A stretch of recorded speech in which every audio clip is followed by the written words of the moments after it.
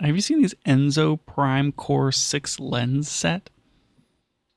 I mean, I think you just strung a bunch of words together. I have no idea what they mean as a phrase. It's okay. We're not talking about that either. Okay.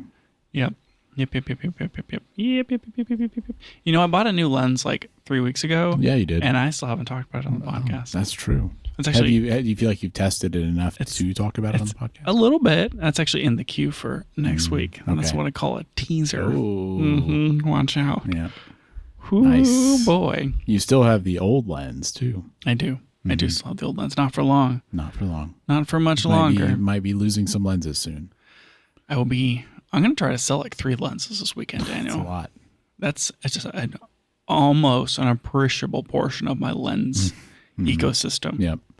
And your goal is to not buy anything new. Except for a 55 millimeter UV filter. Yeah, that doesn't count. It's very cheap. I'm hoping that they have just like used filters. Oh, that'd be nice. Yeah, Maybe one that's slightly scuffed. I don't know if the thing we're going to is a garage sale. It is not. Yeah. So It's just a not. used equipment collection avenue of sorts. Yep. I don't know how many lenses I'll be left with after this. I haven't Is gone it back and done that math. Too many to count? 4 primes, right? 1, 2, 3, 4, 5 primes, 2 zooms. I have too many lenses.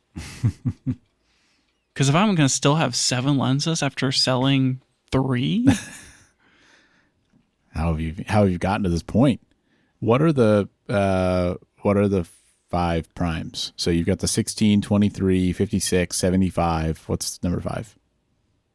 oh, maybe that's all of them. That's 4. Yeah, no, that's it. It's just those. And then you have the 16 to 55 and the 50 to 140. So that's a total of 6 Fuji lenses, right? Yes. Yeah. After you sell the 3 that you. Yeah, after I sell the 80, the 18 to 50, and the 23. Yep. So I'm only at 9 now. Only at 9. And I'll have it's single digits. 6 left. Yeah. Okay. 6 feels like a reasonable number of lenses to own. It feels like the perfect number It's of lenses fewer to than own. the number of L mount lenses that I own, so I can't say much. How about them apples, Daniel? Oh, how the tables have I turned. may have to sell some lenses this weekend to get under your threshold there. Yeah, just sell that 20 to 60. Yeah, I may actually take that with me because I don't really need that lens anymore. No, get it out of here. I think the 18 to 40 kind of supplanted that one for me. So The 18 to 40 is slower, right? it is slower, but it just leaves the 20 to 60 in a weird in-between spot because the 18 to 40 is slower, but it's much smaller. Yeah. And if I want something that's fast and I don't care about the size, I have the 24 to 70, which is like enormous and massive, but is f2.8. Yeah. And if I need something that's still lightweight but is faster, I have like a 45 and a 50 and an 85 that are all faster. Right. It does feel like it is kind of in a weird spot. I forget because those are the 2 zooms you can buy as a kit if you're going out and buying, say, an S5 II. Yeah. Or an S9. You can get the 20 to 60 3.5 to 5.6. I think that's right. 3.5 to 6.3. Yeah, I can't actually remember where it tops out. But Or you can get what was the other one? the one I have is the 18 to 40. The 18 to 40. And that one starts at 4.5. So it's definitely slower. But they're both optically similar. I think the 20 to 60 is probably a little bit better optically. It's a pretty good lens, really. And the 18 to 40 is a pancake lens that collapses. So, you have to extend it to use it. Right. And I think it has some compromises, but it's still like a decent lens. So it's kind the of 20 to 60 is probably better. Almost a different calculus there where one is a travel and one is maybe a multi-purpose zoom. Yeah. Nice that it's a little wider. And if that's going to be your main kind of call it a workhorse zoom and you're not going to go buy a 24 to 70 f4 or something or 24 to 105 or etc., then the 20 to 60 is probably fine. But if you're looking for a travel, it's the other one. I think it's great as a kit lens. I think that if you really wanted something compact for travel, the 18 to 40 is the answer. Mm-hmm. If you can deal with a little bit more size and weight, the new 24 to 60 f2.8 is probably the answer. That lens is like $900. Oh, that's not even because the I mean, I could just look it up, but the 20 to 60 is not that much cheaper. It's a few $100. It's probably, I bet it's 400 new, if I had to guess. 325 from Adorama. Okay, so maybe a little under. 597 brand new from B&H, so it's $600. Yeah, I would get the 24 to 60 over that if I was buying the lens new. But I mean, kit lens wise, it's not adding $600 to the price of the camera. So yeah, 24 to you're 60. getting it a lot cheaper.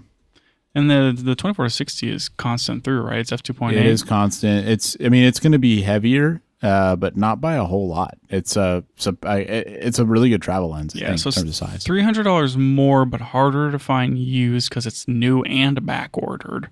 So basically, doesn't exist. Yeah. Okay.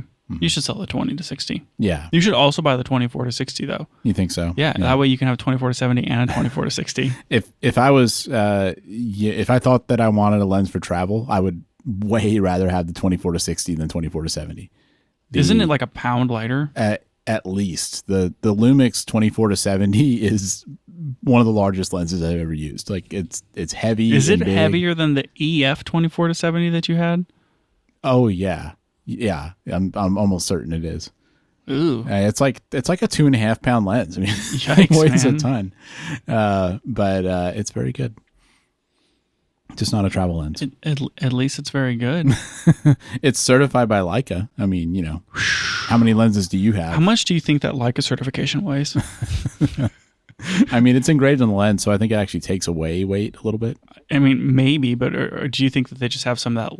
They take some of that Leica secret sauce and they rub it inside the lens, and it's like really dense. Oh, yeah, that could be the case. Maybe that's why it's so heavy. Do you think it's how would you describe that Leica secret sauce? Do you think it's goopy like a like bike grease or something? Do you think it's like a gold plating? How would you describe it? I think it has kind of a sandy texture. Oh, really? The lens has a lot of that micro contrast. Got it. Right. It's a little of the grit. Yeah. That extra sandy texture. Yeah. Okay. Yeah. Sure. It's like. But again, it gets sticky over time, like that soft touch. Yes. Yes. Just what you want in a $1,600 camera lens. Have you ever made Play-Doh at home? Not in a while. Would you think it's like that, where it's like a little gritty? Is that what we're talking about?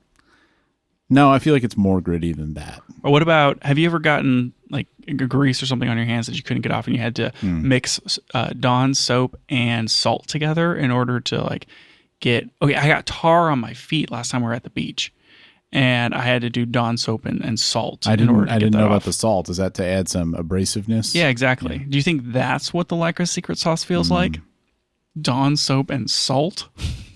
I think I'm going to have to go try that and report back. Okay. I'm having a hard time visualizing. Yeah, cross compare. Go ahead, open up that lens. Okay. Check the secret sauce. Check it against a few of the things that we talked about here and report back. Okay. I will open up the lens and check the secret sauce. Thanks. Anybody who has not listened to this podcast before thinks we have no idea what we're talking about.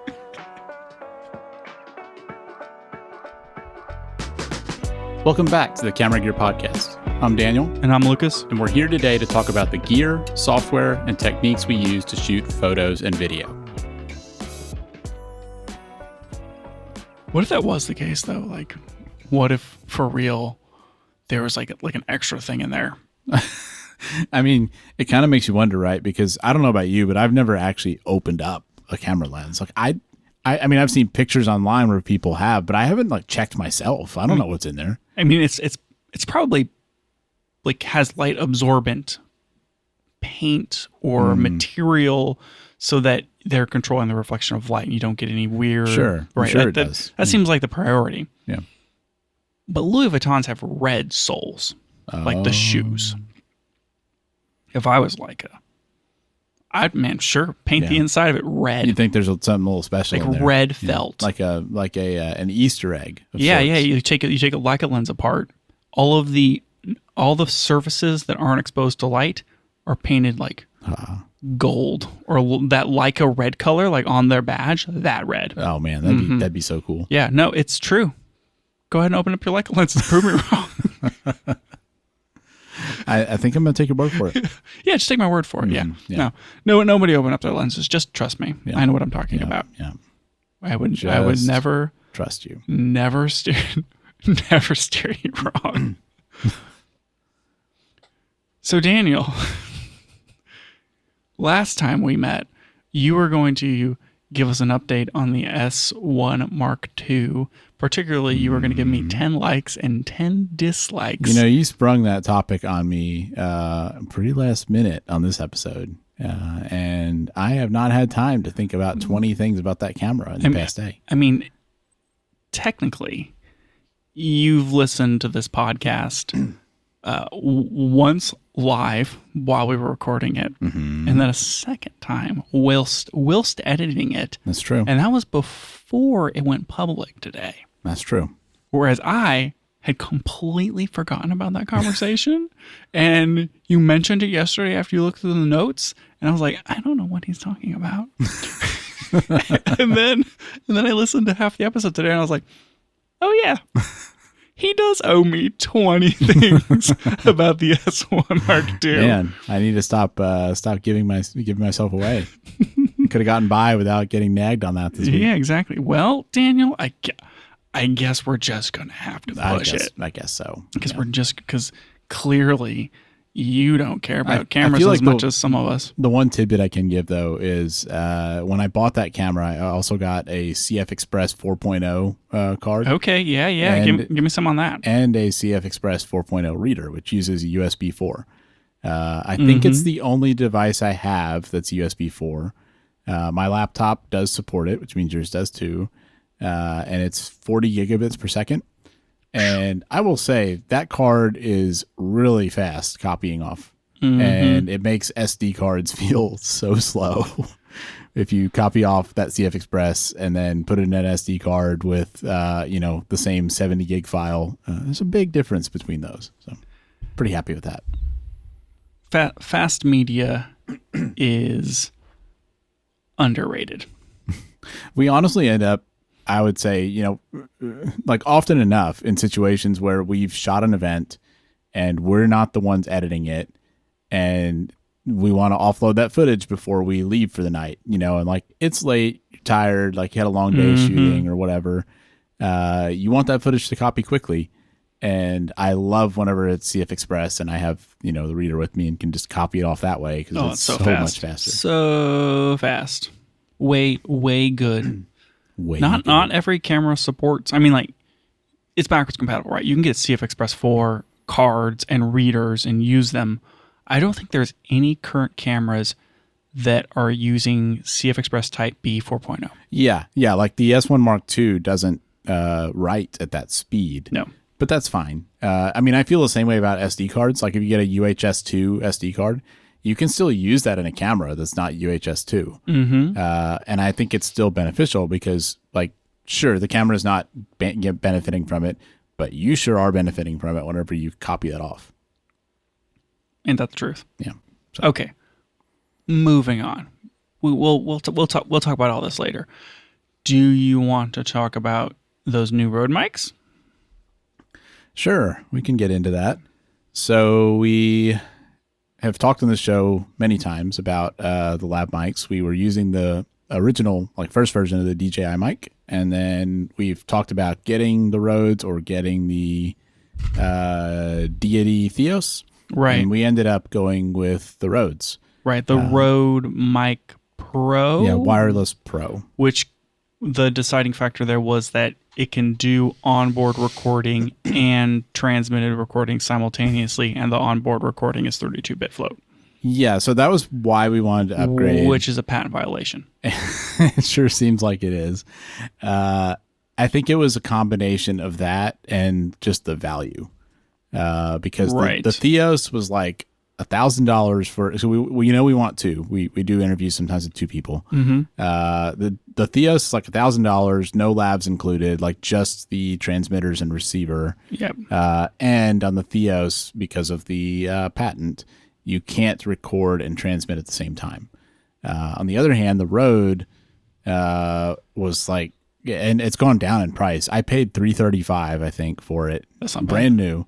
For the 2 transmitters, receiver, carrying case, and it came with 2 lavs. So I mean, it was just that was too much of a price delta to turn down. Yeah, it's like triple the price or whatever. Though, one is pro gear that's not using Wi-Fi signal and all this sort of stuff. And so, the DD is probably going to be better for pro workflows, particularly with all of the headache that you've had dealing with the timecode stuff. Yeah, I'd be happier with the Theos, and I have a feeling we'll end up buying something like that someday. But it just felt like today, where we are with these projects, I felt like spend the $300 now, get the Rode. It's going to be an upgrade. If we have to upgrade again in a year or two, it's not going to be the end of the world. Yeah, I tend to agree with that. So the DJI Mic 2 also does 32-bit float on board in violation of the patent. That one's $350. Why? I mean, we already have experience working with the DJI. It only fails half the time and messes up the audio and all that sort of. Yeah. Well, why not go with the Mic 2? Yeah, no kidding. Why not? I mean, you kind of answered it, I think. I feel like just kind of been, in a few small ways, have been kind of burned by the DJI Mic 1. So the 2 things that really stand out, one is we've learned that if you have too many files on the onboard storage, it seems like the onboard recording, like, how can we put it? It lags, I guess. Like it loses time. Yeah, it loses time compared to the transmitted audio, which is not good. Right. We haven't had that problem because we clear off the storage every time we record, but it's just like, you shouldn't have to do that. It's annoying. And then the other problem is that on the DJI, you have to be really careful what lavs you use, because we've discovered that some lav mics just produce like a high-pitched whine when you plug them in, like a constant sound, like absolutely ruins the recording. Yep. And that was really annoying. And I found lavs that work, so great. But for the DJI, yeah, for the DJI, the Rode shipped with its own lavs, right? Which were supposedly worse lavs, but they work better on the Rode. Yeah. Probably because of the impedance or something. Yeah, I don't know exactly what the reason for that was, but yeah, I guess to like finish the first thought, those 2 issues with the DJI were just kind of enough that I was less inclined to go with that. Plus, the Rode does have timecode support, and so I thought might be interesting, could be useful. There's enough benefit to go with the Rode. Yep, and the Rode doesn't upload all of your audio automatically to China. Yeah. Who knows what's going on with the DJI stuff, right? It's a national security threat. Do you have to use a specific microphone to not have the Rode record with an Australian accent? Maybe they just sell a special lav that, if you're recording somebody with an Australian accent, it makes them more understandable. Maybe. I don't know. Who knows? So the lavs the Rode comes with, I think, are reasonably okay lavs. I feel like they're like $100 each if you buy them separately, so they're not cheap by any means. Most people seem to think that they're, just okay. You can get a better lav for the, if you're willing to pay for it. I don't know if that's true or not. I did some testing back and forth between both. So with our DJI, it's like I had the DJI with its lav, and then I had the Rode with its lav. I did that, and then I tried switching them. I definitely felt like the Rode sounded better with the Rode lav as opposed to the Shure MVL that I was using on the DJI, which is kind of unexpected, I think. But what I also learned is that I couldn't go the other way. I can't remember exactly what the answer was. It's the opposite of that. So on the Rode, I was only able to use the Rode lav. Oh, weird. And the reason for that is that the Rode lav is TRS, which means the plug is TRS. Yep. The Shure MVL, which is the lav that I've found that works with the DJI, is also made to use on like a smartphone. And so it's TRRS, which has a fourth thing. Rode sells an adapter to make it work. I don't have the adapter. I didn't care enough to get the adapter. But what I discovered was that like because I can use both lavs on the DJI, and I can only use the Rode lav on the Rode. And so like the DJI supports TRS and TRRS, but the Rode only supports TRS? That's how it seems. Yeah, unless you get the little adapter for the Rode. So this is like 2008 whenever you have an iPod and you have like a CD player and one of them only plays through one earbud or whatever because iPhones works with iPhone because that one's TRS and nothing else. That was the most annoying thing. Yes. Yep. Now it's all just USB-C and Bluetooth. I hate everything. Yep. Anyway, all that said, what I ended up discovering was that the Rode with the Rode lav sounded better to me than the DJI with either lav. So that makes me think that probably the Rode. But you couldn't test the Rode with the DJI lavs. That's so right. the Rode with the Shure lavs, which are the ones that you had for the DJI, may sound better. It could, but you would have to use an adapter, That's right. and you couldn't test that functionality. That's right. Yeah. So I think probably the Rode just has maybe slightly better preamps or something. Sure. On the DJI, the Shure sounded better. Sure.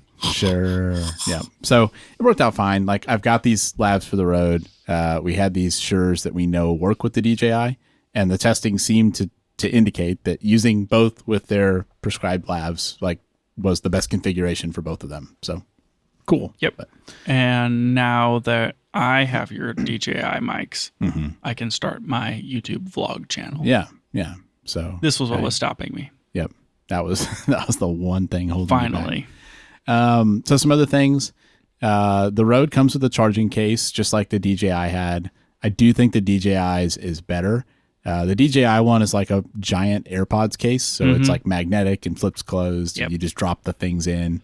The Rode one is like a little zipper case. It's a kind of like a cloth material on the outside. So you have to unzip it and then open it, which isn't as it's not as satisfying as a DJI.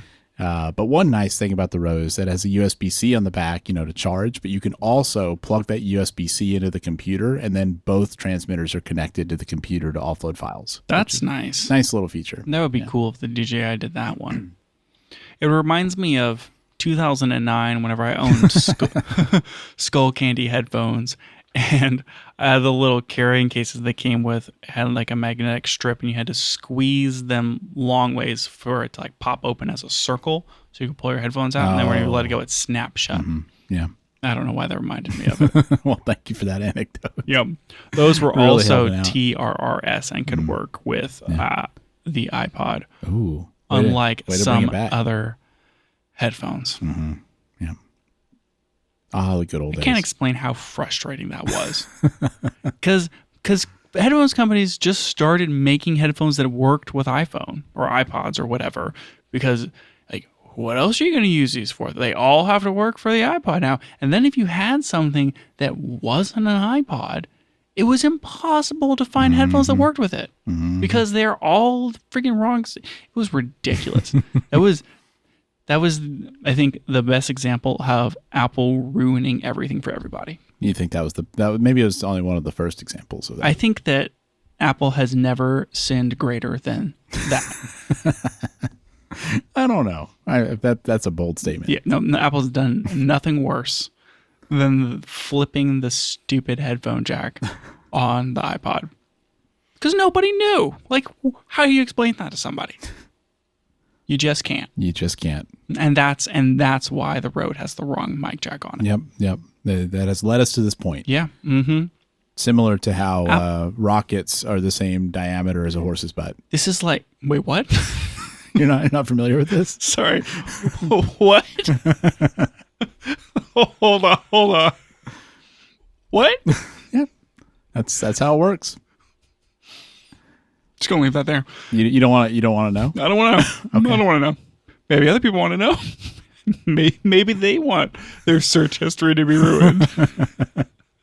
You can look that up. You can look up why are rockets the same diameter as a horse's butt, and you Okay, can cool. find out. Well, it's like Apple just rolled in and was like, "We're here now, and we're gonna ruin this for everybody," and then they just left. They took their headphone jacks away and just left. All Bluetooth. And now they don't even have headphone jacks.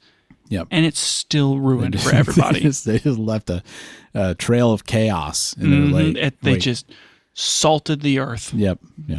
Because burned it as they went.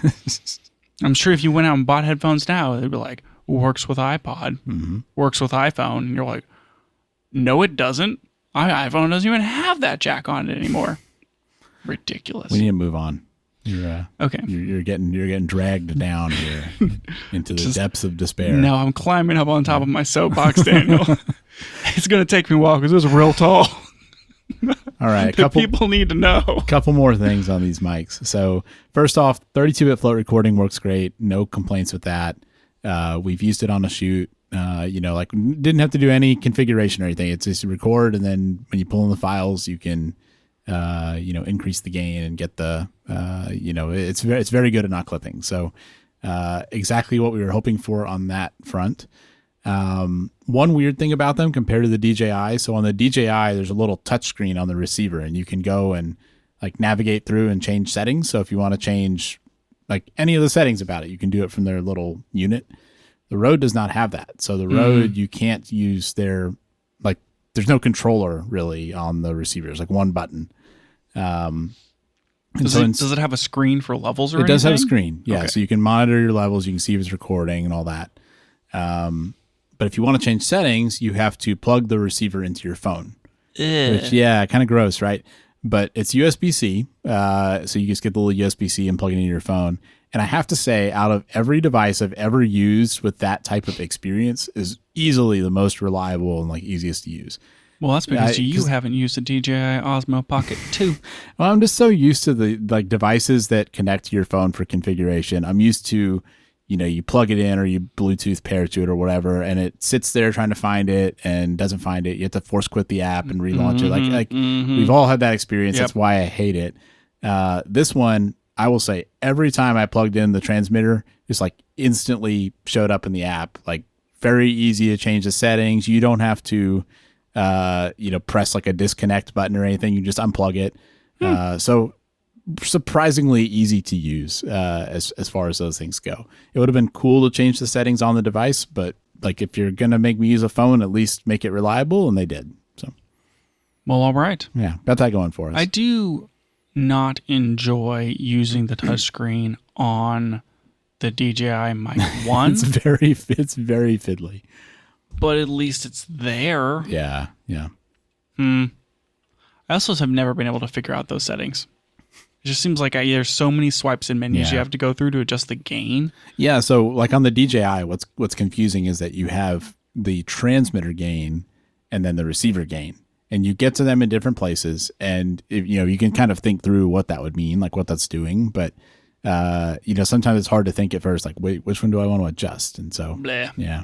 Blah. And nice thing on the Rode is that since it's 32-bit float, you do still have a gain setting, and you still need to set it reasonably in some way. Like if you lower the gain all the way down, then like you're not going to get a signal. Like you're going to be below the noise floor of the preamps. Right. But it has an auto gain, and at least in the testing I've done, you can just put it on auto gain, and because it's 32-bit float, that combination, like unless you're in some really weird situation, that's probably going to be just fine. You're going to get the noise floor probably covered, and then you'll be able to do whatever you need to do because you captured all the audio. Yeah, you have so much latitude with 32-bit float. But is it not? I mean, it's obviously 16-bit or whatever, or 20, because most cameras don't take 24 in. Yeah, the transmission is 24-bit. Right, but is it 24-bit from the thing to the transmitter to the camera through the audio jack, or is that just depends upon the camera?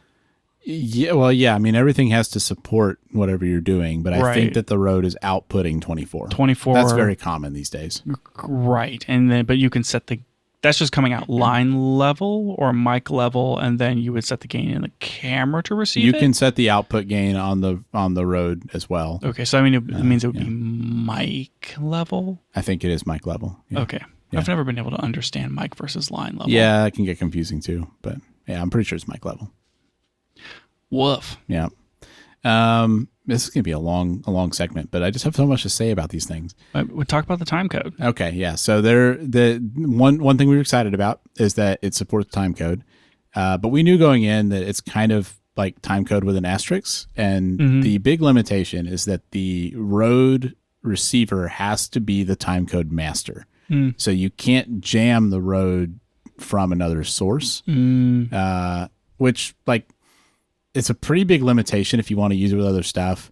I guess up front, I'll say, I think if you're using it with one camera and you just want your one camera with, your lavs, and you want that stuff to be in sync, I think it works really well. It was very reliable, very easy to use. I would love that setup if I was like vlogging or something by myself, because you can do that onboard recording and have that backup file, and then the time code makes it sync really easy in post. You just really don't have to think about it. Like, it's great. But I wanted to get creative and see if we could use it with our other time code stuff. And Daniel, how come when you said creative, you made giant scare quotes with your hands? And my thought was, okay, I can't jam the Rode, from another source, but that doesn't mean that I can't jam something from the Rode, because you can tell the Rode receiver, to output timecode. And so I thought, okay, I'll make that the master, and I'll just Master Rode jam. Yeah, I'll just jam something from that. So you have several options on it for how you output timecode. You can do, because you have a 3.5 output on the Rode receiver, and you can basically decide what goes to the left and right channels on that. So you can do one where it's just time code out of both, like it's just all time code all the time. Or you can do, no time code, where you're just sending out your audio. Like maybe if you have two lavs, you want to send like left and right channel or something. And then they had some mix modes where you can send like your audio on the left and your time code on the right. And so I experimented with all these things. And my goal was, we're going to record on board on the Rode transmitters. So I don't need that audio signal coming out of the receiver to record into my camera, but I do want that audio signal because I want to be able to monitor it. Because part of why we wanted the features of the Rode is like, I want to be able to wear headphones while we're recording and be able to hear if the person like hits their chest or something. Oh yeah. There's value in that. So yeah, exactly. So I really wanted to use one of the modes where you could do like time code on, on one channel and audio on the other. And I tried that, with our UltraSync, Atomos UltraSync 1, which has a 3.5, like plug. So I was able to plug like from the Rode receiver into that, and then tell the UltraSync 1, jam your time code, from over this wire, like receive a time code signal from the Rode. And try as I might, I could not get that to work. It works if I only send time code out of the Rode. So both channels work. But if I tried to do the like audio in one channel and time code on the other, could not get it to work. I bought a 3.5 splitter. So I got something that splits that into left and right, so that I could pull out only the timecode signal and send that to the UltraSync 1. That didn't work. I thought, well, maybe it's because when I split that, it's a mono signal. So I got another adapter to plug in that turns that mono into a stereo signal, so that I'm taking the mono out of the Rode and then sending that timecode signal on both channels of the wire into the UltraSync 1. Because I thought maybe that's what it needs. Like maybe it needs it on both things. That didn't work. I don't even understand how that would work. Yeah. So whatever I tried would not work unless I only sent timecode out of the Rode. I don't know what the problem is. It's frustrating. It feels like this should work, but I couldn't get that to jam. Maybe you need to update the firmware. I have. Yeah, I checked that. It was one of the first things I checked. There's something goofy going on there. Yeah, yeah. So maybe it has to do with the TRS TRRS thing. Maybe one of your things is upside down. Oh man, or whatever. I hope not. Thanks, Apple. Yep. So my last ditch effort was to start the Rode in timecode only mode, where it's only outputting timecode, jam my UltraSync 1, and then plug the Rode receiver into my phone to change the timecode mode to the like half timecode, half regular. And I thought, I can do this, and my UltraSync 1's off doing its thing, like it's running its timecode clock, and maybe I can change the mode. And it won't lose a millisecond. Yeah, and it won't maybe the Rode will keep its same timecode clock. I want to try that test again, but I don't think it worked, because when I did that for our shoot, it seemed like it did seem like it lost a little time from that transition. So I think it's just not possible. I think you can't take that signal, at least with the UltraSync 1. Like I'm actually really curious if I got like a Deity TC1, if I could jam that from the Rode. I'm curious about it, but I'm not $150 curious to buy a TC1. So woof. Yep. So that's our adventure. If you don't care about monitoring the audio, you can easily use the Rode as the master time code. And I tested that, and that works. Like I can jam it and run however many cameras like off that time code network, and they do sync with the Rode. So how is that supposed to actually work? Where it's doing time code and audio? Is it you plug that into your camera? Yeah. And your camera gets both? Yeah. So that's the way. Like if you're just a solo shooter and you want to use the Rode time code, that's the way to do it. Is you can send the half audio, half time code. Your camera records both tracks, and then in your software, you can just say update time code from audio track, and it updates your video. Like it updates your video time code to have that data, and then that syncs with your lav. So like some sort that's of very weird easy to do. translation issue. I mean, it's over analog. Yeah. Right. That like an audio jack is not a digital signal. Mm-hmm. So it doesn't make any It seems like you should be able to plug an adapter in and then put a headphone in headphones in one, headphones in the other, and listen. Yep. And one of them should sound like beep, beep, beep, it does. It does. I have. and the other one sounds like, "Hey there, welcome to the Camera Gear Podcast. I'm Daniel." Yep. No, that all is how it happens. But then when I plug the beeping signal into the UltraSync 1, it's unable to pull a timecode signal from that. I think it's a signal level issue.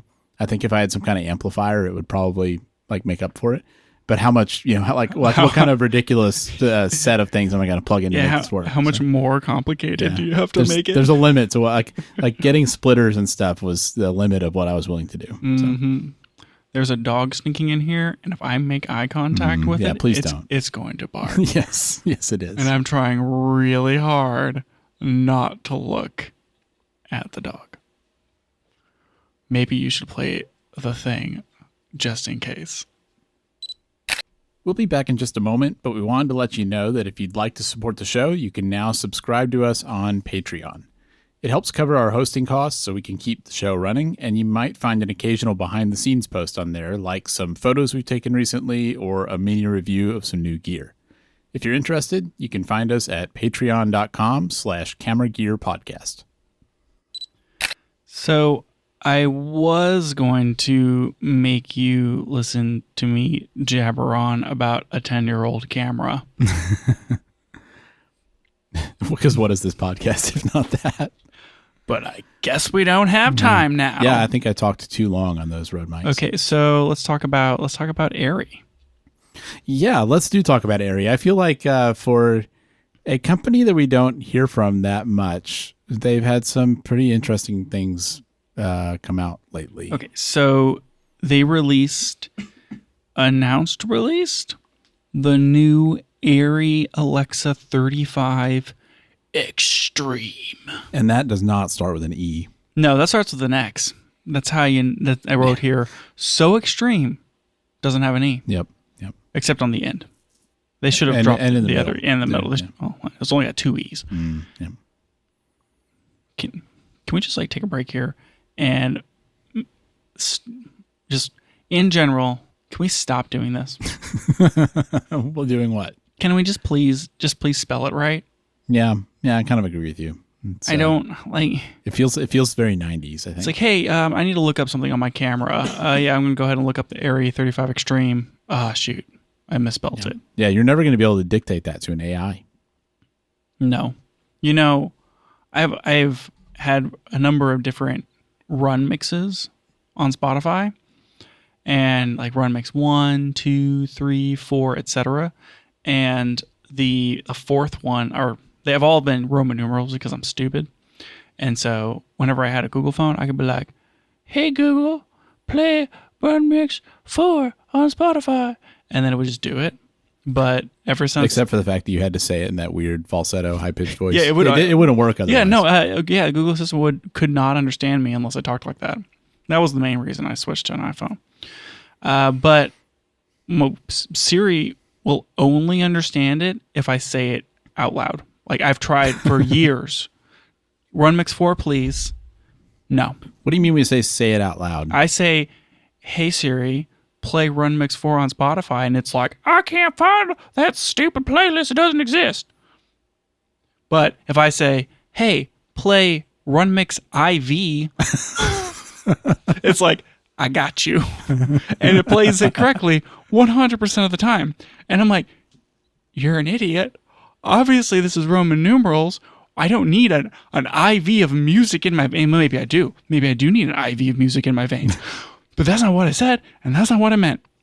And this stupid Alexa 35 Extreme is the same thing. Do you have your Siri set to a male or a female voice? Whatever the default is. So I think it's a female voice, as far as I know. Sure. You got to set it to a male voice, because I'm sure you've heard that thing where men can't stop thinking about the Roman Empire. Have you ever heard that? No. Yeah. It's a widely known thing that like men think about the Roman Empire like 14 times a day. And so you need to set your Siri to a male voice so that it just immediately thinks of Roman numerals. I'm now questioning my sexuality. I have not thought about the Roman Empire a single time today. People listening to this podcast already know what I'm talking about, but just to make sure, if people have forgotten to take notes up to this point, when you finish listening to this show, you need to get on Google, and first you need to figure out. These things are surprisingly related, by the way, but you need to figure out why rockets and horses are the same width, and then you need to look up why men are always thinking about the Roman Empire, and then draw a Venn diagram, and it's going to be almost a perfect circle, just like rockets, just like rockets. All right, we got to get this back on track. Let's talk about ARRI. People are here to hear about ARRI, not to hear whatever we've got going on right now. So stupid. You know what? This is the last show. That's it. I would say it's all downhill from here, but it's already pretty low at this point, so I don't know if it can go much more downhill. Okay, so the ARRI 35 came out in like 2023, I think, is whenever they announced it. I mean, it's not even that old. It's like 2 or 3 years old at this point, which in Sony world, I mean, that's brand new. They would use the same sensor, and they just like keep shipping that camera for another 12 years. Absolutely. Yeah. But I guess in ARRI world, where they're on the bleeding edge with their 17 stops of dynamic range camera, they're like, it's just not fast enough, y'all. You know what would make this camera better? Is if we made it extreme. Yeah, they're German. Maybe that's the German spelling of extreme. I don't think it's long enough to be that. The German spelling of extreme is not shorter than the American. I'm going to go with that. The American spelling of extreme. Is the American spelling of extreme without the E? In either case, the German one has to be at least 3 or 4 times longer than that. Come on. It actually, the German spelling only has 2 E's, but it's the last one that's missing. So you just move it from one anyways. I love that. Golly. Yeah. Anyway, so back on track. We can do it. The Extreme, the ARRI 35 Extreme, it's basically the same camera but faster. In short. And so it's the same, whatever, like 28 by 19 millimeter sensor that's like, I think it's like 46. Wait, so is it the same sensor? It's the same 17 stop dynamic range Super 35 sensor. This does have Sony energy to it. But it's better and faster. But it's the same sensor. But that sensor's only been in use for like 30 minutes. It's not very long. Not very long. Yeah. I mean, it's like, time. I mean, there's probably people who are still saving up to get the first one. That's probably true. I mean, you're saving up to get the first one. You know it. The Alexa 35 is incredible. I know that it's still like one of the leading. I mean, absolutely one of the best cinema cameras you could buy. Right. Well, like, I think ARRI and most people who are in that cinema world are probably still going to be looking at like the Alexa Mini and that sort of thing because they want that full frame image. They want larger resolution.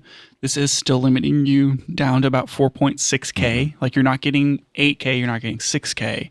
Yeah.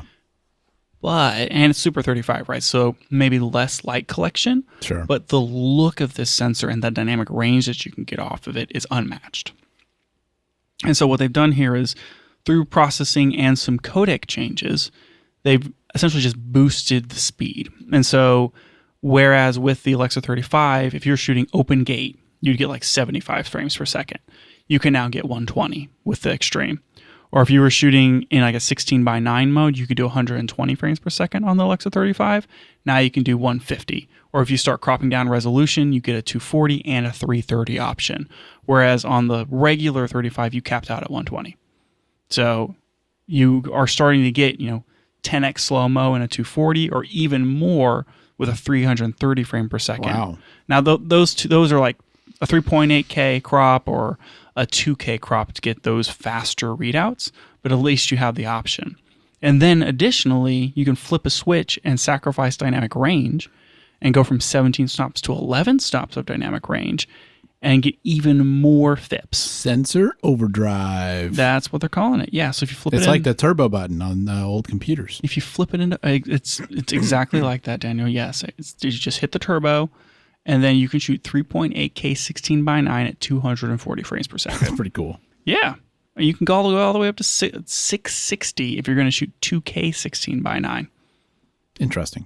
Yeah. I wonder though, like, do you think people that are buying this camera want? I mean, they must. Like I guess they must have made this for a reason, but you're giving up a lot of dynamic range to get that speed. If you're in and a I'm curious, world, I guess, like other cameras that can shoot that fast, I wonder if they just look so much worse that this is actually like better for those. if you're in a world where you're shooting with an ARRI Alexa, you can control the lights. And yeah, you probably have the budget for like a lighting guy and a couple of lights. And it's an ARRI. Like the image quality is going to be impeccable. Still, you're still shooting in those ARRI codecs and that sort of thing. It's just like, okay, in these cases, maybe for like visual effects, I'm going to be delivering everything in a 2K intermediate anyway, and then we're going to upscale it. And I need to get this crazy 660 FPS shot for some reason. It's at least unlocking some super slow-mo and just regular slow-mo. It's unlocking some slow-mo options for if you need Zack Snyder or something, but you want to still shoot on ARRI and you want those colors. Yeah, at the extreme there, 660 frames per second is like pretty slow. that's quite a bit of slow motion. Pretty slow. So I think this is really cool. It's a nice improvement. And what they're doing here, unlike Sony, is they're not selling the Alexa 35 anymore. They're like, this replaces the Alexa 35. It's not the 35 Extreme. I do appreciate that. Yeah. And if you have a 35, there's an upgrade program. So you can give them your 35 and they'll sell you whatever Delta costs to get an Extreme. That's good. I like that. Yeah. So the base price for this is $55,000. Of course. And that comes like you get a bunch of stuff. You get like an LPL mount and a PL to LPL adapter and a 7-inch monitor and a top handle and some like accessories and all this sort of thing. What you don't get is all the codecs. They have like... It's a weird way to differentiate that. They have like 5 different packages or something. And in order to get the different like raw or ARRI core or whatever. Well, an ARRI core is new, right? Yes, it is. Like all these different codec options for record modes, you have to buy unlocks for those things. Oh man, it's like video games. A little bit. Everything's DLC. It's just super like corporate software feel. I wonder how expensive they are, but like it just doesn't. I don't know. It kind of cheapens the brand a little bit. It's like you're spending all this money on this super expensive camera. Like, just give all the codecs. Come on. I mean, the codecs are probably a lot of work, and maybe you can get in for cheaper, or you want a cheaper entry price. I guess. It is so much like I don't want to say this out loud. B2B. It does have that feeling. Yeah, of like these businesses are just working together, and this is how their pricing structure works, and blah blah blah blah blah. Mm-hmm. And that's just it just is what it is. I was going to say it doesn't feel very consumer friendly, but neither does the $55,000 price. So no, I don't think you and I are the target market for this. It is not. It's not for consumers, Daniel. It's for people who are going to work with ARRI. Or rental houses, maybe. Sure, yeah. The other big thing here is that they released this new codec called ARRI Core. Sounds like a type of music. It sure does. That ARRI Core Extreme. Mm-hmm. It's very metal, which is a graphics thing on Apple. Yes, that was confusing. Mm-hmm. Sorry to confuse everyone there. It's probably not. Actually, it probably doesn't use probably metal. Has absolutely nothing to do with metal. Yeah, it has nothing to do with metal. Anyways. So it's in beta, but you can get it on the Extreme. And it's smaller, more efficient file sizing, basically. So you can get the full quality of something like ARRI RAW, but it's in a compressed format. It's effectively the same size per like gigabyte per hour as ProRes 4444. It kind of like conceptually kind of reminds me of like XOCN. Yeah, a little bit. I know right? XOCN I don't think is a raw format. I don't know if this is a raw format. It is not a raw format. It's a compressed RGB codec. Yeah, if that makes sense. So Only I think it's like a raw intermediate where it's like which is, again, kind of like XOCN. It's exactly like XOCN, where it's like it's been demosaiced, but maybe there's still some translation to do. I think that's actually not too dissimilar than what BRAW is also. And so it's like ARRI has ARRI RAW and it's awesome.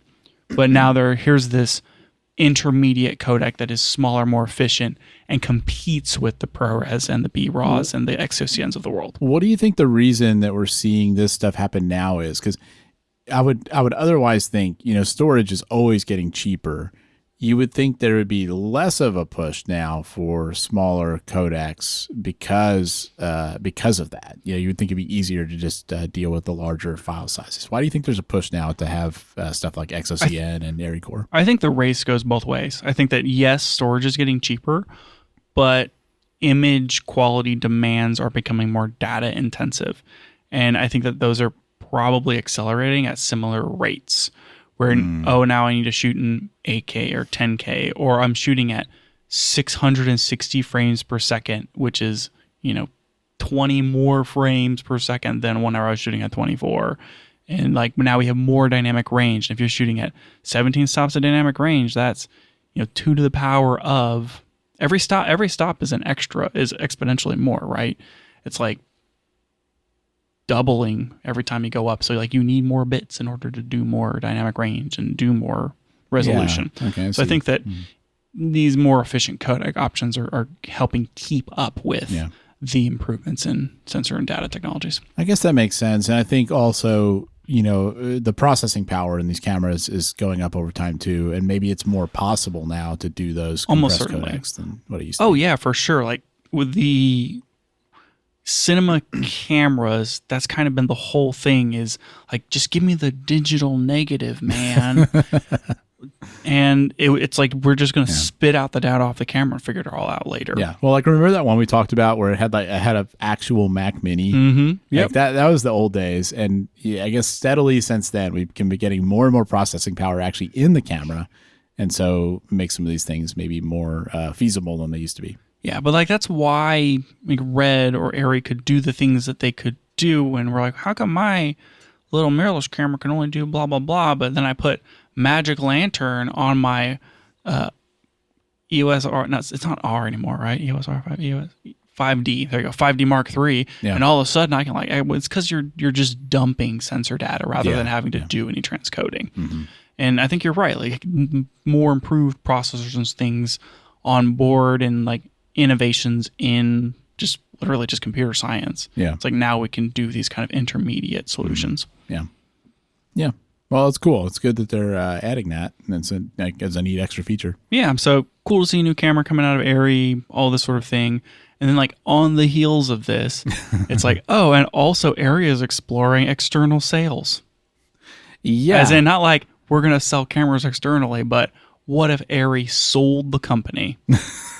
Well, and, to kind of contextualize that, I think pretty often when you hear that about a company, they do end up getting sold.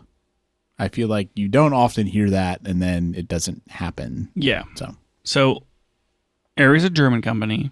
It's owned mostly by the Stahl family. So it's like a privately owned German company. It's not public or whatever. Man, how cool would it be to own ARRI? Be pretty stinking cool, dude.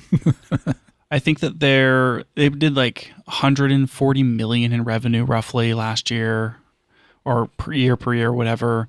The internet, whatever AI says that they're maybe worth like $420 million, call it $500 million. The name is definitely worth something. The name has so much value.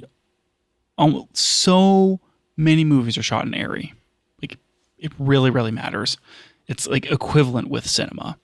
But say the company's worth $500 million. That's like one end game. I feel like there are many a company who could reasonably buy ARRI. What if Disney bought ARRI? I don't want that to happen. No, I don't want that to happen either. So I could see it happening, and I don't want it to happen. That's what I kind of want to talk about here is like, one, should ARRI sell? But then two, I want to talk about like who could and should buy ARRI. I don't see how we can talk about should ARRI sell. Yeah, I don't know either. Like, no, I don't sell. For consumers, for people who use ARRI cameras, I don't think it's beneficial for them to sell. But that's not really how those decisions get made. Okay. Well, then let's talk about who should buy ARRI if it were to sell. Yeah. I think that is an interesting question. Every time this stuff comes up, like, what if Nintendo sold? The first thing I always hear is like, Apple should buy them. And because they're sitting on an enormous pile of cash. They're one of the richest companies in the world. Maybe that's as much as anything down to Apple could buy them. I get so and probably not notice. I get so tired of that. I'm like, why? Why would Apple ever buy? I do actually think though in this case, I think it's more plausible than some others. Apple buying Nintendo makes no sense to me. No. Apple buying ARRI, I can at least like draw some lines to things like their push into TV and streaming services. You said you haven't finished listening to last week's episode yet.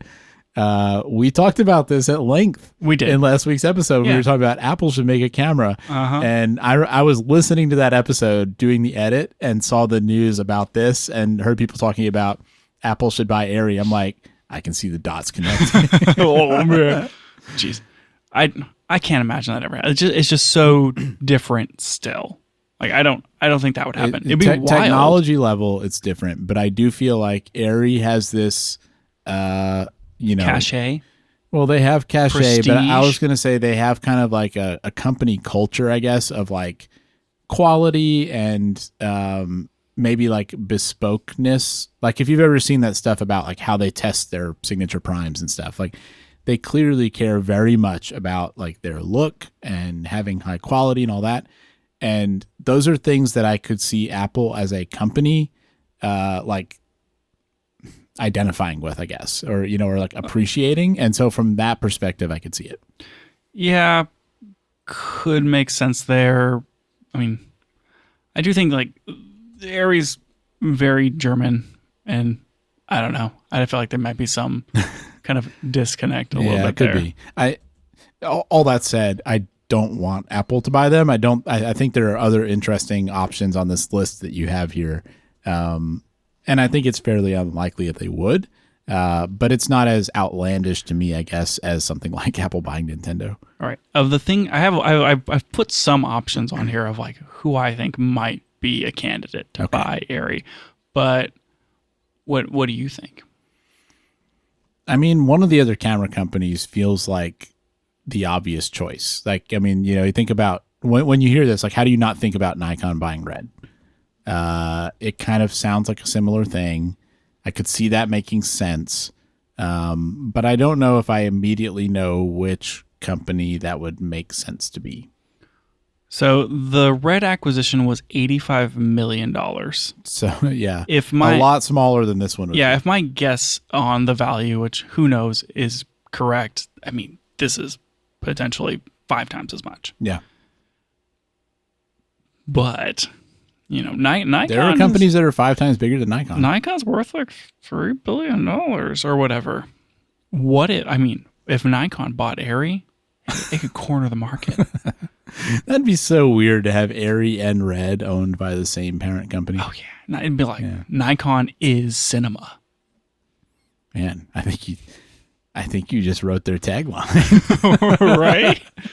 I think that would be the most insane version of this. Yes, it's like Nikon should just do it. Monopoly. We'll love to see it. I would hate it. It'd be terrible. They should do it though. It'd be ridiculous. Absolutely ridiculous. What about Canon? I feel like Canon could be an option because Canon does have, so they make cinema lenses and they have cinema cameras, but their cinema cameras are not competing in the same areas that the ARRI cameras are. No. Like Canon cinema cameras to me feel like documentary filming, indie films, that kind of thing.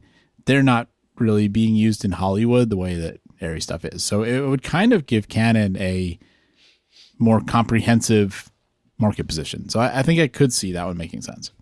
Also, I think that Canon wouldn't be able to just deal with the lenses because like PL mount is so open. Mm-hmm. Yeah, Canon ain't gonna like that. It's just you can get like any cinema lens. It's just like PL mount is ubiquitous. Canon would lose their mind. That's true. They'd buy ARRI and be like, it's all RF now. It's all RF and you can only use Canon lenses. It's like, what? And so I was like, okay, well, what about maybe a PL mount, holding company or lens company would want ARRI? Ooh. Like, what if Panavision or Cook bought ARRI? That'd be so weird. I mean, if they buy the whole company, they're going to get all the people, like all that expertise. But to me, it's so much easier to imagine a camera company wanting to buy it because it's like they already understand how to run that type of hardware company, whereas lens manufacturing just feels like a totally different thing to me. I mean, are there any like German or German adjacent companies that might be a really good candidate? Seems like you got one on this list to buy ARRI. I can't think of a one. Can you? I mean, Leica's right there. They're probably down the road. Yeah. Imagine one of those ARRI cameras where every part of the inside that's not exposed to light is just red. They would have to take apart the ARRI cameras and put the special sauce inside. Just all the ARRI cameras become just a little bit bigger because they've got to have the little special sauce bottle inside. Yeah, that's how you can tell the difference between the ARRI and the ARRI Leica cameras. Yes. Is the Leica ones are a half a kilogram heavier. Because of the special sauce. Yes. You think they'd add Leica monochrome? I mean, they'd have to. Yeah. How could they not? The new ARRI by Leica, only black and white. Can you imagine? Only Can you imagine how monochrome. hipster you would feel though if you had an ARRI by Leica camera? Yikes! I mean, that's just too much. It's too much concentrated in one thing. Okay. What about maybe a camera company that's super video focused already?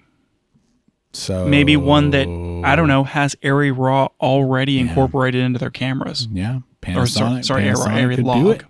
Panasonic's a big company. They surely have enough money. Panasonic is worth like $25 billion. Well, yeah, it's all those vacuum cleaners they sell.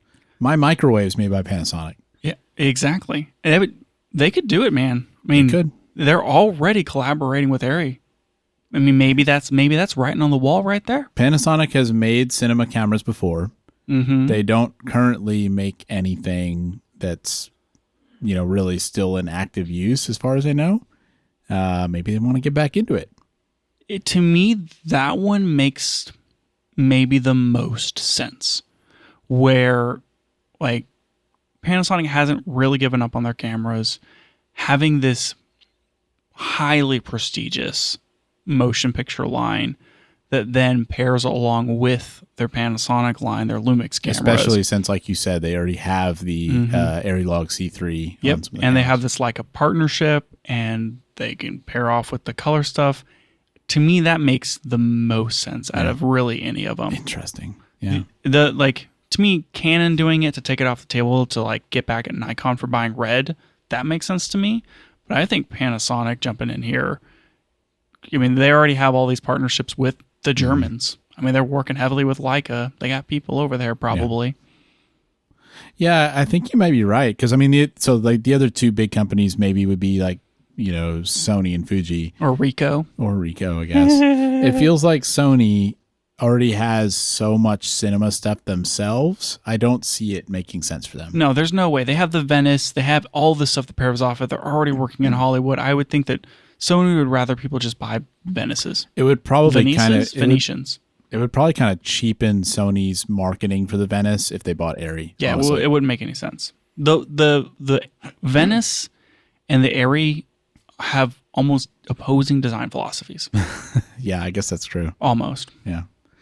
And Fuji, I feel like Fuji's obviously trying to get into some type of cinema level thing. They've got the GFX Eterna about to come out. But it just doesn't feel right. It doesn't feel like what Fuji does. No, it doesn't. I don't really, it just doesn't fit with kind of how Fuji puts himself out into the world. Yeah. They don't really do those kind of strategic partnerships or anything. They're not like partnering with Leica to bring monochrome to their cameras. Yeah. I didn't think about it going in, but I think I'm in agreement with you that if they were to sell, I think Panasonic might make the most sense in terms of something that would, do well by the ARRI brand, but also like benefit Panasonic quite a bit. I think it could make sense. Yeah, I think it could make sense. Any other companies I'm missing here that potentially would want to swoop in and buy themselves an ARRI? Nothing's maybe like we already talked about Leica doing it. So I don't know any other German companies. Yeah, I mean DJI. People have wondered if they would get more into camera stuff. Again, I have a really hard time seeing it. I just don't think it would fit what they do. I think they like the weird, like high tech electronic stuff that, to me, I don't think of ARRI when I think of those things. So it just feels like, again, like not really a cultural fit, I guess.